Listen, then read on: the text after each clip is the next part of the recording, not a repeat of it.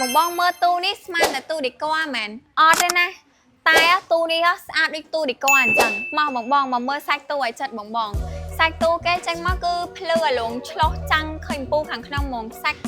ពណ៌សយទៅគឺស្អាតខ្លាំងមែនតើហើយជាមួយនឹងដៃឡាយពណ៌ទឹកមាសនេះគឺស្អាតមែនតើហើយដៃគេធ្វើម៉ូតឆ្នោតត្រង់ចេញមកគឺស្អាតមែនតើហើយខាងក្នុងគេមានកន្លែង view ដាក់កៅអៅដាក់ខោយទៅគឺធំមែនតើខាងក្រោមយើងដាក់អីវ៉ាន់បត់ដូចអីវ៉ាន់យើងអត់សូវប្រើប្រាស់អញ្ចឹងណាខាងក្នុងនេះគេមានកាក់មួយទៀតដាក់ដោយដាក់អីទៅអីវ៉ាន់សំខាន់មកយើងដាក់ក្នុងនឹងបានគេមានសោឲ្យយើងចាក់ទៀតអញ្ចឹងហើយសម្រាប់ទ្វារគេគឺជាប្រភេទទ្វារបូម៉ូតូទៅហ្មងទៅគឺស្រួលទៅហ្មងបាច់ព្រួយបារម្ភថាវាបើកទៅមានបញ្ហាលើសំឡេងអីណាបងបើខាងក្នុងវិញជាប្រភេទទ្វារកញ្ចក់មើលមកគឺឃើញឆ្លោះដល់ខាងក្នុងហ្មងកន្លែងនេះគឺយើងដាក់តាំងកាបូបដាក់អីវ៉ាន់សំខាន់យើងថាចង់ដាក់តាំងហ្នឹងគឺដាក់បាននេះទៅគេមានឡើង3ថ្នាក់ដាក់អីវ៉ាន់គឺបានច្រើនខ្លាំងមែនតើហ្មងទ្វារគេប្រភេទទ្វារដៃបូម៉ូតូដូចគ្នាទៅកញ្ចក់គេនេះឡាយទឹកមាសទឹកតែគឺស្អាតហ្មងចូលមកខាងនេះវិញ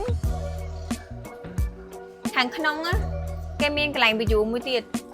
អានេះគឺដាក់ view បានរ៉ូបអីវ៉ាន់វែងអីគឺបានមកឆ្លាញ់ហ្មងរ៉ូបយើងស្រីហ្នឹងដាក់បានមកឆ្ងាញ់ដៃហ្មងខាងលើនេះយើងដាក់អីវ៉ាន់បត់ដូចខោដូចអីអញ្ចឹងណាហើយសម្រាប់ខាងលើវិញបងមើលខាងលើគេមានថ្នាក់កាក់ដាក់អីវ៉ាន់ដែលយើងអត់ប្រើប្រាស់ដូចខ្នើយដូចភួយដែរអីវ៉ាន់ធំអីហ្នឹងគឺអាចដាក់ខាងលើហ្នឹងបានអីវ៉ាន់ដែលយើងអត់សូវប្រើអញ្ចឹងណាបងហើយសម្រាប់ទូនេះដែរគឺខ្នាតធំហ្មងបងកម្ពស់គេដល់ទៅ2.5 ម៉ែត្រមកហើយមុខកាត់2.4 ម៉ែត្រជម្រៅ55គឺខ្នាតធំមកស្បឿងហ្មងដាក់អីវ៉ាន់គឺបានច្រើនខ្លាំងមែនតើនិយាយទៅគឺទូស្អាតខ្នាតធំមែនតើសម្រាប់បងអាចមកមើលដល់ទីតាំងហាងផ្ទាល់ក៏បានដែរយើងមានម៉ូតច្រើនផ្សេងទៀត